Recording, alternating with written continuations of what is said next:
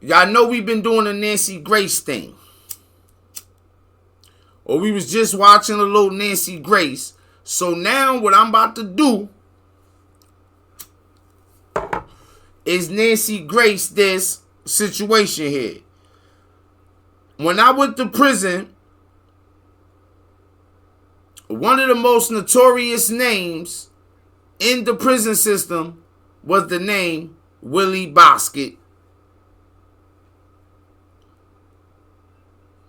Jr. Y'all never heard of him. He not that famous.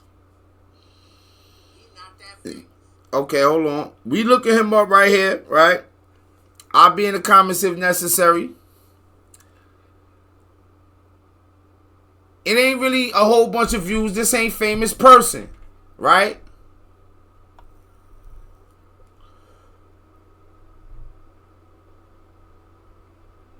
But we gonna try to let's find something short where they could just say shit. This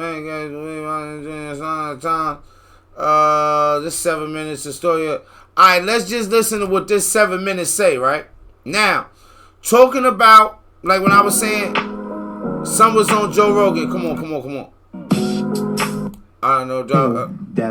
Alright, here you go. Whoever this dude is, he about to say what he know, right? None of these videos got millions of views or nothing like that. I'm putting y'all on to something here. Willy Bosket Jr., you can look him up yourself. You probably won't be able to find a whole lot.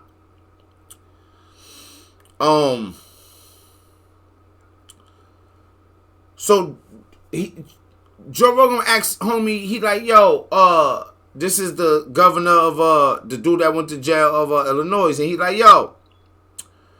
And that's kind of deep in itself. If he telling the truth, if it's even a little closer to the truth with Obama, it's a whole lot of things going on. So he like, yo, they don't do nothing to the guys that do stuff to kids, whatever. And he like, hey, yo, they like a protected class.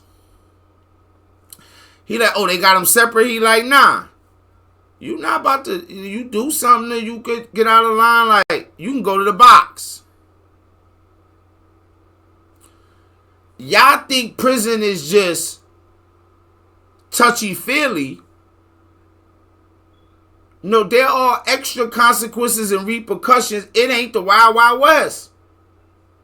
So, I'm sorry. And that's what Joe Rogan kind of said. He was like, oh, you know, that's kind of people's solace when somebody does something really heinous. They think when they go to jail, the people is going to, you know, prison justice. And they're like, wait. You think I should catch another charge and never come home? Attacking and killing this guy? What about my life and family? Oh, but this guy got life in prison.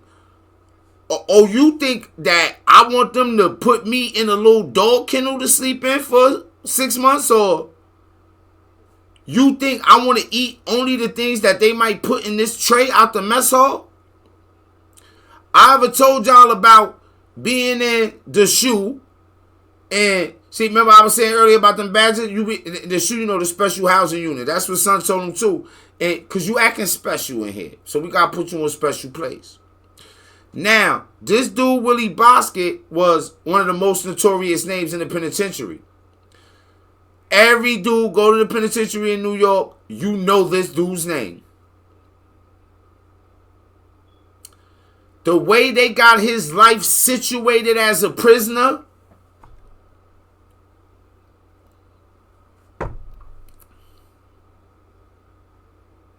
I think they said one time he unscrewed the light bulbs, the long ones, and ate them. I ain't even joking. What's wrong with you? What's wrong with you? What's wrong with you? What's wrong with you?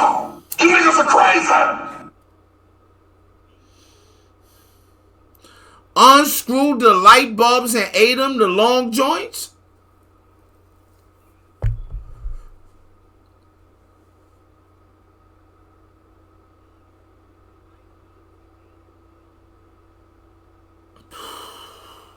Let's see something.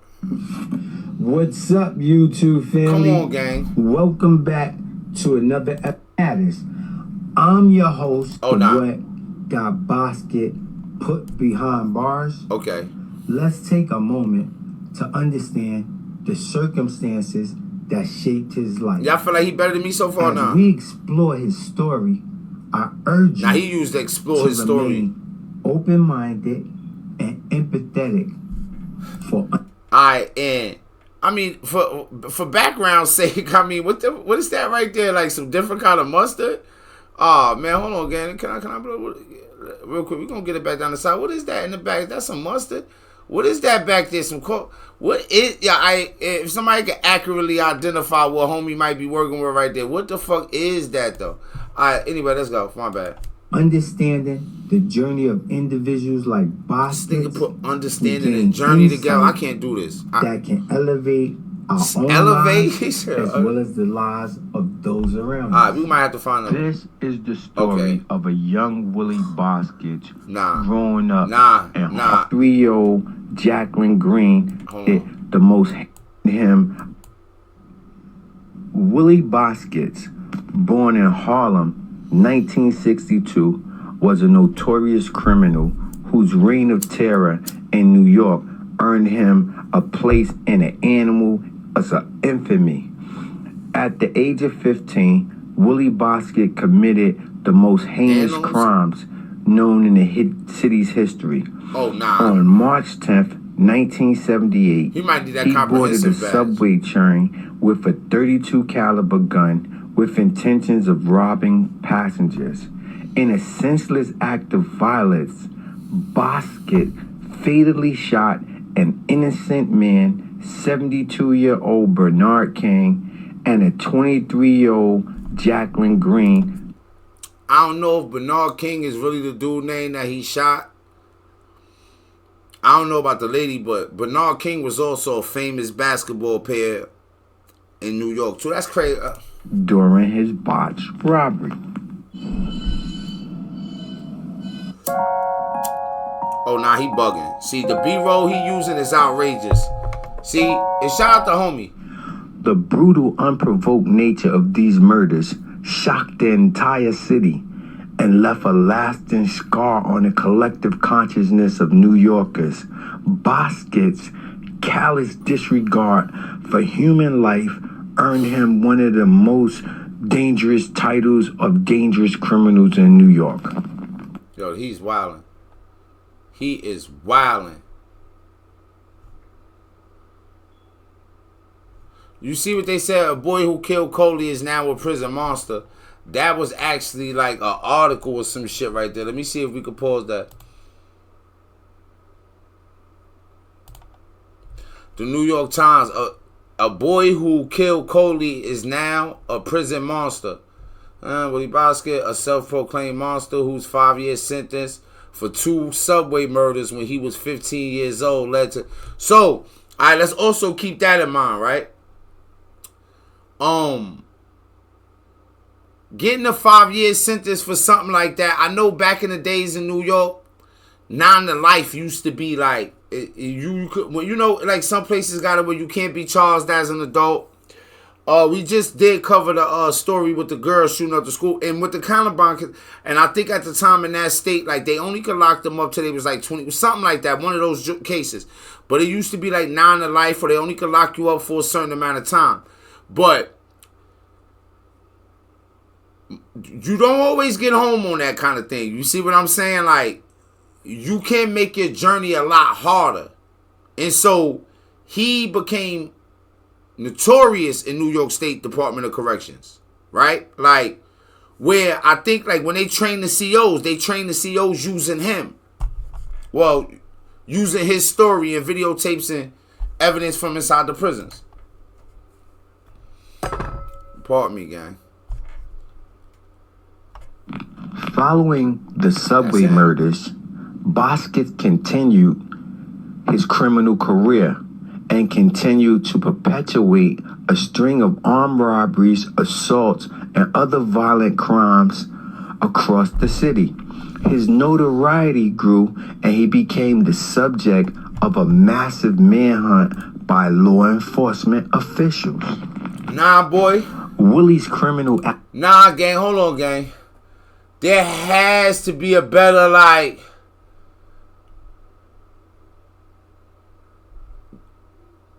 yo, you see that what I'm saying? There is not even a lot out there about this guy here. What the fuck? The Willy Bosket criminal. Let's see if this can ride a little smoother.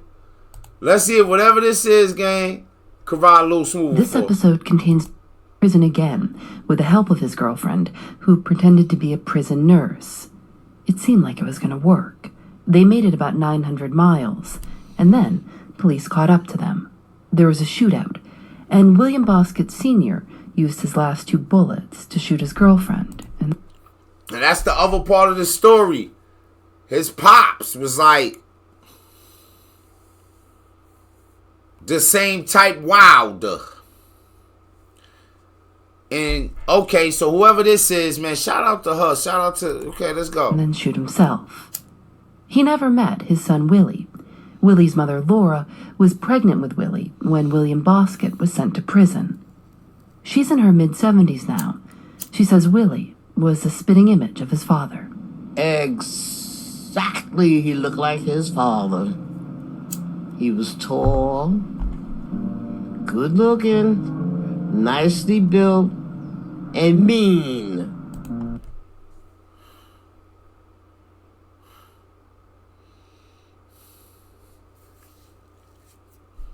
What's wrong with you? What's wrong with you? What's wrong with you? What's wrong with y'all? You niggas are crazy.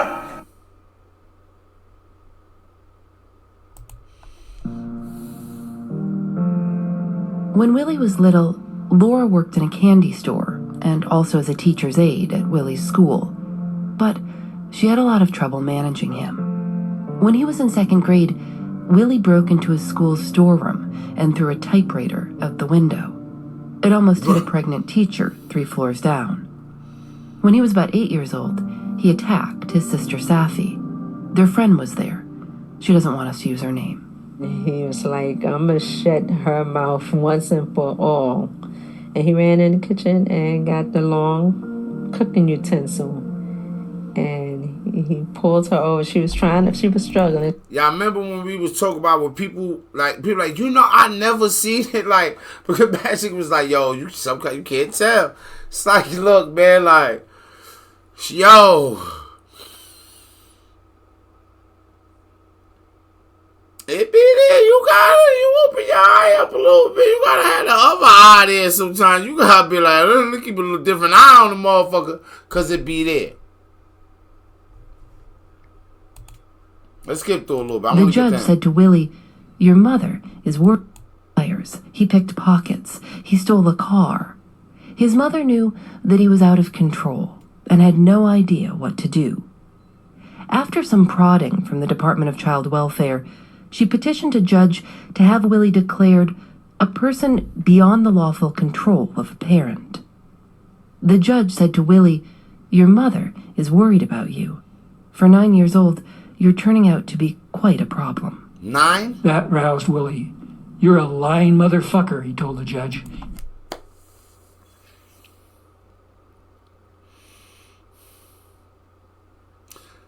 Y'all heard what Willie told the judge?